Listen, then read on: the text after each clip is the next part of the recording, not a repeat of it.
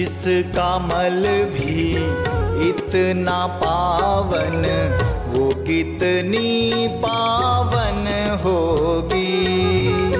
जिसका मल भी इतना पावन, वो कितनी पावन होगी। जिसके मल से बने हैं गणपति, दूध से शिव जी प्रकट हुए।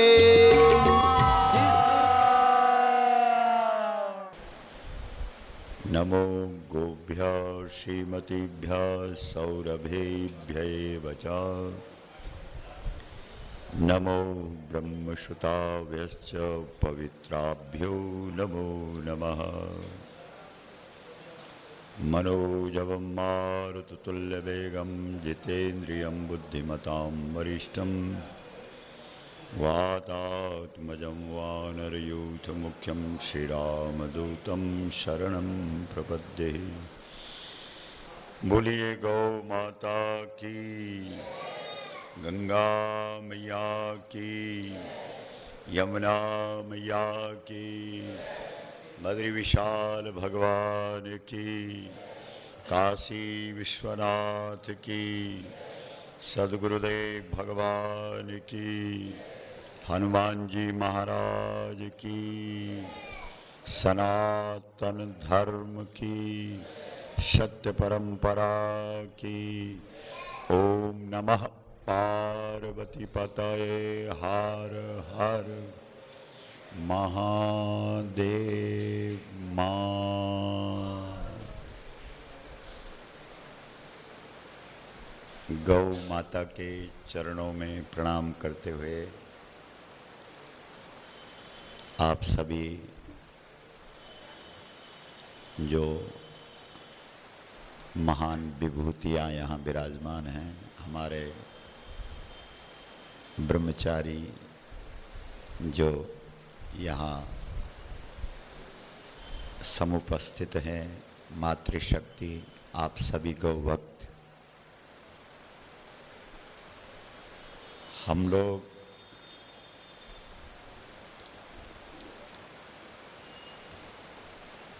दिव्य शक्तियों के आदेश से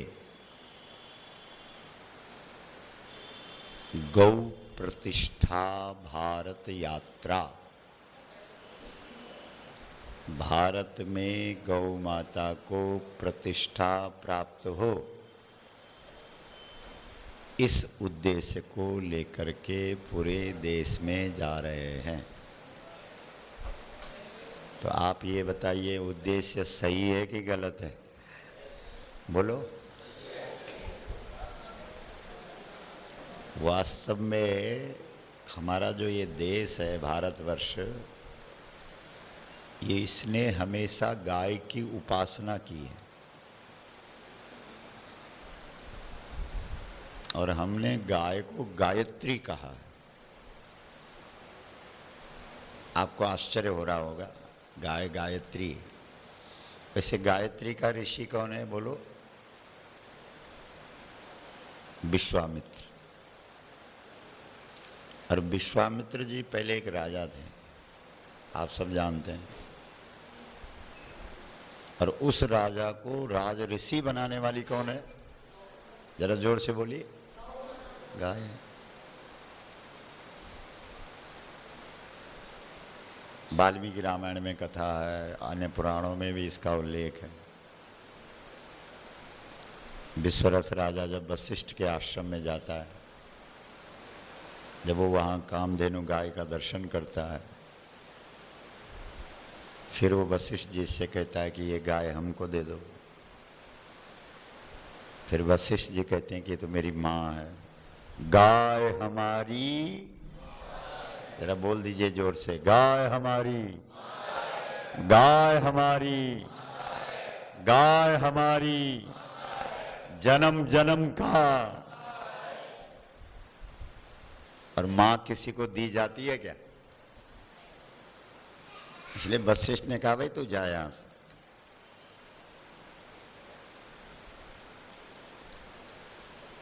अगला तो राजा है, नहीं को अस जन्मा जग माही प्रभुता पाई जाई मद नाही। जहां पद होता है वहां मद तो होता ही है, आप सब जानते हैं।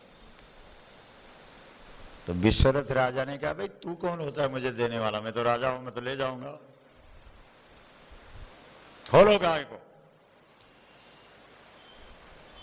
तो जब गाय को खोलने लगा तो गौ माता के आंखों से 2 आंसू टपके। और अगर धरती पर गौ माता के आंसू टपक जाए तो समझो कि उस स्थान पर किए गए सत्कर्म, शुभ कर्म, पुण्य कर्म सब समाप्त। अगर आंसू गिर जाए और अगर रक्त गिर जाए तो उसकी तो कल्पना भी नहीं है।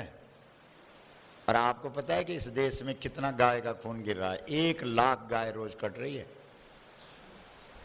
अब सोचो आप, ये हमारे ब्रह्मचारी लोग रोज वेद मंत्र रुद्राभिषेक करते होंगे, विष्णु सहस्त्र नाम का पाठ करते होंगे, अब दुर्गा सप्तशती का पाठ करेंगे। इस देश के अंदर पूजा होती है, पाठ होता है, यज्ञ होता है, दान होता है, तीर्थ होता है, व्रत होता है, श्राद्ध होता है, तर्पण होता है, पिंड भरा जाता है। लेकिन अगर गाय का रक्त धरती पर गिर रहा है तो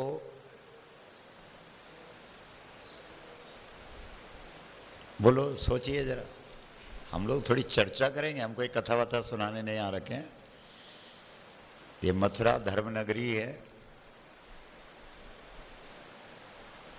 यहाँ भगवान का प्राकट्य हुआ है, इसलिए हम थोड़ी गाय की चर्चा आपके साथ, वो आजकल की भाषा में कहते हैं कि शेयर कर रहे हैं।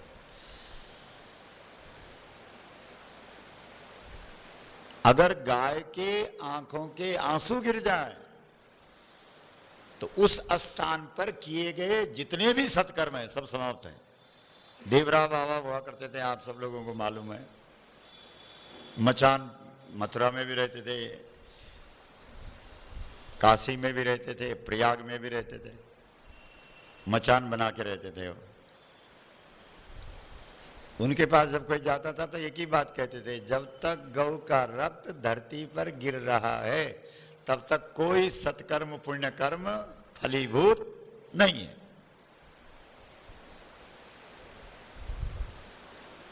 श्रीमद् भागवत के अंदर एक श्लोक है, आप तो सब भागवत के पंडित हैं। फलानी तत्र भूरिणी पतंती पतितानि च किंतु अवरुद्धानि धेनुकेन दुरात्मना। और हमारे यहाँ जो पुराणों में लिखा है वो अविधा में नहीं है, वो लक्षणा और व्यंजना में। ये सब पढ़े लिखे लोग हैं आप जानते हैं शब्द शक्तियाँ 3 होती है, अविधा, लक्षणा, व्यंजना। जो कवि होगा वो अविधा में थोड़ी बोलेगा। अगर अविधा में बोलेगा तो कौन उसको कवि बोलेगा? वो तो लक्षणा और व्यंजना में बात करेगा। भाई कभी ऐसा थोड़ी बोलेगा मैंने रोटी खाई है।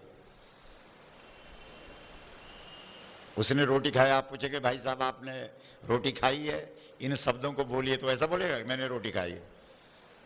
तो उसको कवि कौन बोलेगा? फलानी तत्र भूरिणी पतंती पतितानि च किंतु अवरुद्धानि। ये भारतवर्ष है, इसमें सत्कर्म और शुभ कर्म और पुण्य कर्म अपना फल देने के लिए तैयार हैं, लेकिन क्या करें, अवरुद्ध कर रखा है। किसने? इन सत्कर्म और शुभ कर्मों के फलों को किसने अवरुद्ध कर रखा है? धेनुकेन दुरात्मना। जो गौ हत्यारे हैं, जो गौद्रोही हैं, जो गौ को दुखी कर रहे हैं, उनकी वजह से। विचार करो आप, हम लोग कितना व्रत कर रहे हैं। आपको मालूम है कि तीर्थ कौन होते हैं? हमारा शास्त्र कहता है गावः, बोलिए, तिष्ठन्ति यत्रैव तत्तीर्थम परिकीर्तितम। बताइए, जहां गाय खड़ी हो जाती है वहां जगन्नाथ और बद्रीनाथ खड़ा हो जाता है, तीर्थ बन जाता है। बोलो, सोचिए। और उस गाय का 1,00,000 संख्या में नित्य कत्ल हो रहा है। बताइए, आप भारत में हैं, भारत की पहचान क्या है? किसको कहते हैं भारत? हमारे यहां महाभारत में भारत की पहचान है। महाभारत में भारत की पहचान दे रखी है कि भारत किसको बोलते हैं। हम लोग आज न भारत में हैं, न हम भारतीय हैं, क्योंकि न इस देश में भारत के कोई लक्षण दिख रहे हैं, न हम में कोई भारतीय लक्षण दिख रहे हैं। आप कहेंगे महाराज कैसे बोल सकते हो? तो एक छोटी सी कथा है महाभारत में, उसको आप समझ जाओ, आपकी समझ में सब कुछ आ जाएगा। भगवान श्री कृष्ण भारत का दर्शन किस में करते हैं? अर्जुन में। बहुत समझने वाली बात है।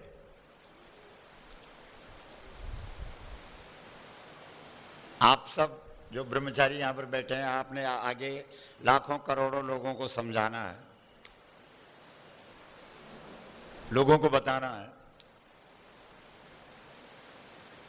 इसलिए श्री कृष्ण जब भी अर्जुन को संबोधित करते हैं, अधिकतर किस नाम से संबोधित करते हैं? भारत। यदा यदा हि धर्मस्य ग्लानिर्भवति भारत। ए भारत।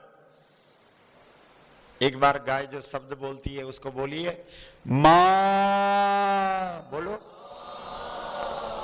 ये शब्द तो बहुत पावरफुल है। हमने दिल्ली में एक औरा नापने वाली मशीन मंगवाई और जितने हमारे मंत्र हैं सब बुलवाए हम।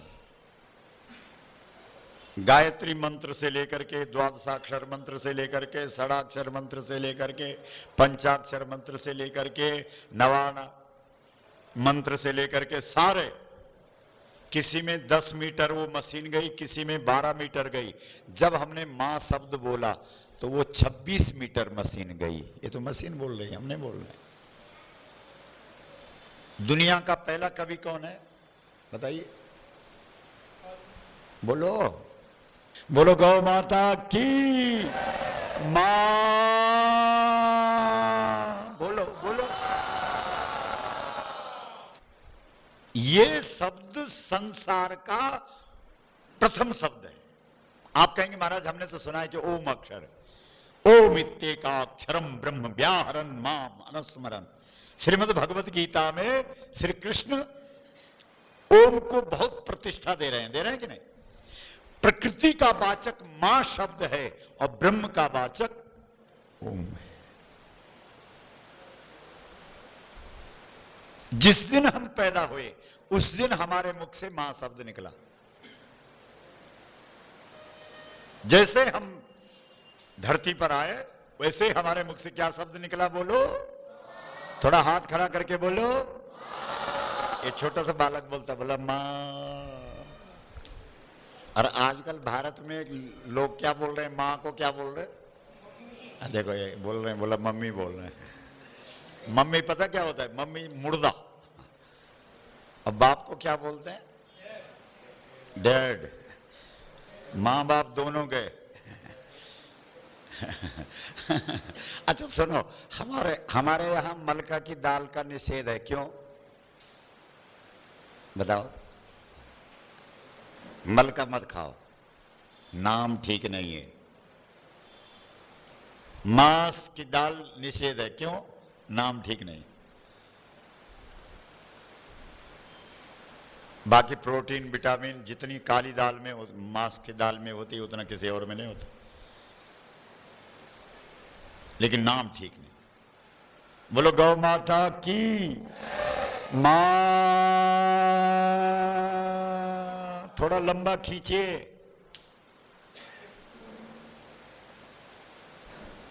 तो जिस स्थान पर गाय माता का आंसू गिर जाए उस स्थान पर किए गए सत्कर्म और पुण्य कर्म सब समाप्त हो जाते हैं। इसका मतलब है वर्तमान में भारत में जो भी सत्कर्म और शुभकर्म हो रहे हैं वो सब समाप्त हो रहे हैं, क्योंकि 1 लाख गाय कट रही है रोज। और हिंदू धर्म का मूल गाय है। अगर हम ऐसा कह दें कि हिंदू धर्म का जन्म ही गाय से, हिंदू तो आज बोलते हैं सनातन धर्म। सनातन धर्म का जो मूल है वो गाय है। और सच्ची बात तो यह है कि भारत एक बछड़ा है, भारत एक, और गाय इस बछड़े की, मतलब गाय से भारत का जन्म हुआ है। बोलो, अगर भारत में तुमने गाय को नहीं बचाया तो क्या बचाया फिर? इसलिए देखो, भारत, बोलो भारत माता, भारत का जन्म एक माता से हुआ है। वो माता कौन है? माता रुद्राणाम दुहिता वसुनाम स्वसादित्यानाम अमृतस्य नाभि।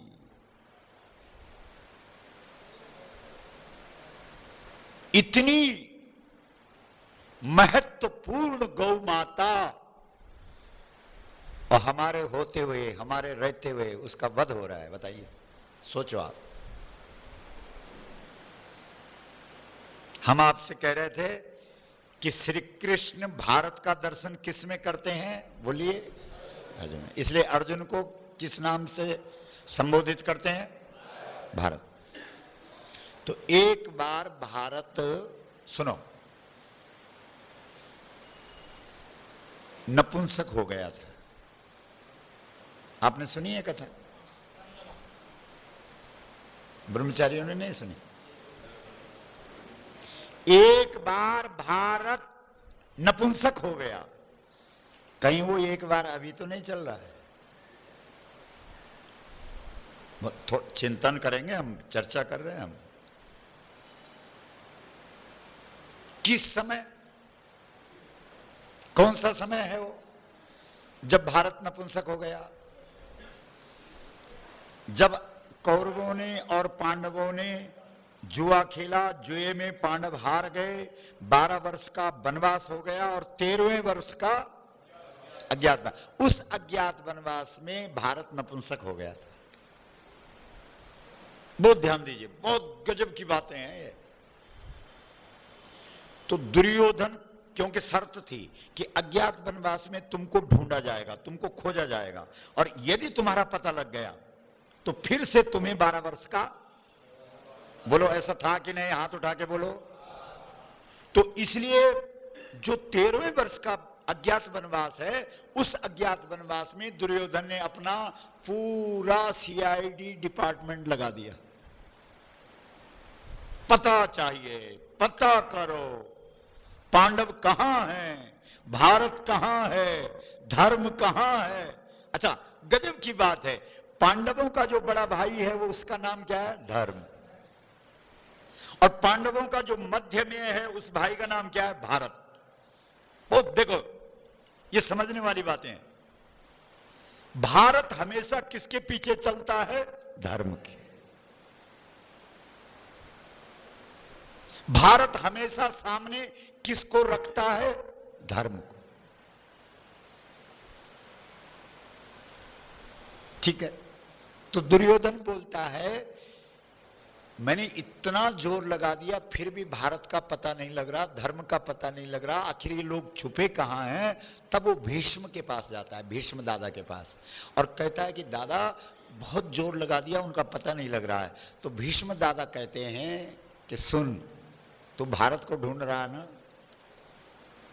तू भारत को ढूंढ रहा ना, हम बताते हैं कि भारत कहाँ है। श्लोक है महाभारत में, बोलिए, आप भी बोलो।